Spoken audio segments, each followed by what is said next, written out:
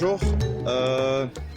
Là, nous nous adressons le salut depuis la ville de Madrid où nous avons effectué le déplacement pour voir, assister à un match, pas comme tous les autres, un événement sportif, parce que je crois que la majorité de nous euh, sont toujours habitués à regarder des matchs comme le football, surtout pour nous qui venons de l'Afrique.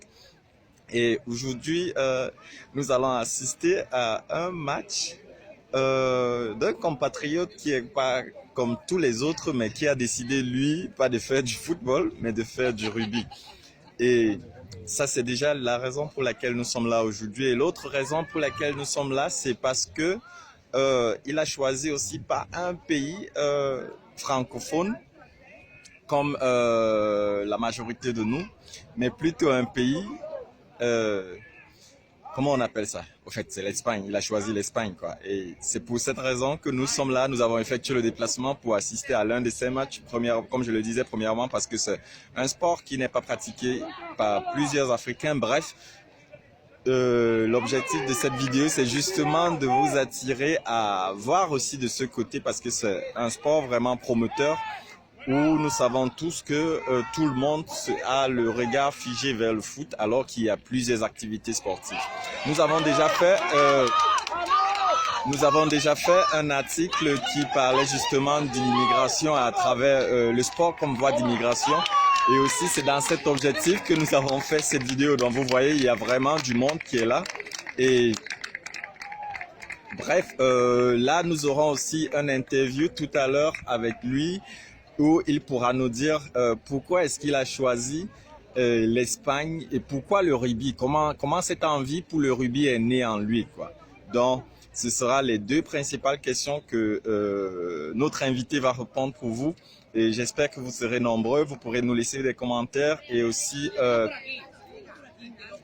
nous faire part de vos avis, de ce que vous pensez du rugby, de ce que vous pensez de l'Espagne, de ce que vous pensez de la langue, parce que nous savons tous que la langue, ou la majorité de nos clients, par exemple, nous font toujours savoir que lui, la langue, il trouve la langue difficile. Bon, nous sommes l'équipe, nous venons de l'Allemagne. Nous savons déjà combien de fois l'allemand est difficile. Et bon, et là, nous sommes très fiers de rencontrer un autre compatriote qui, lui, il a choisi l'Espagne, ne parlant pas espagnol, quoi. Donc, je vous suggère de rester vraiment connectés. Et si vous avez des questions pour lui, n'hésitez pas.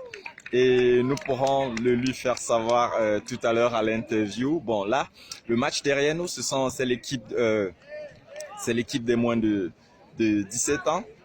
Donc, ça veut dire que ce sont les minimes, comme on peut dire. Et puis, l'équipe première qui joue en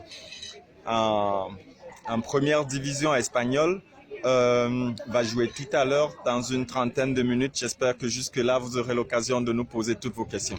Ok, donc je vous laisse donc apprécier le beau paysage derrière moi et je vous souhaite à tous un bon dimanche. Et la vidéo de l'interview, si elle n'est pas publiée aujourd'hui, soyez sûr, elle sera publiée cette semaine. Alors, nous vous adressons un bonjour, un bon dimanche depuis la ville de Madrid en Espagne, et c'est pour ceux qui ne me connaissent pas, c'est moi, Pierre-Célestin Ngama Abedian, le directeur de Global World Vision et aussi de l'entreprise Le Pont Bédian qui est la mère de toutes les activités que nous faisons. Donc si vous êtes nouveau à nous connaître, nous vous invitons à liker nos pages et à vous abonner aussi pour recevoir toutes les actualités sur l'expatriation ou l'immigration et puis nous poser toutes les questions que vous avez. Ok.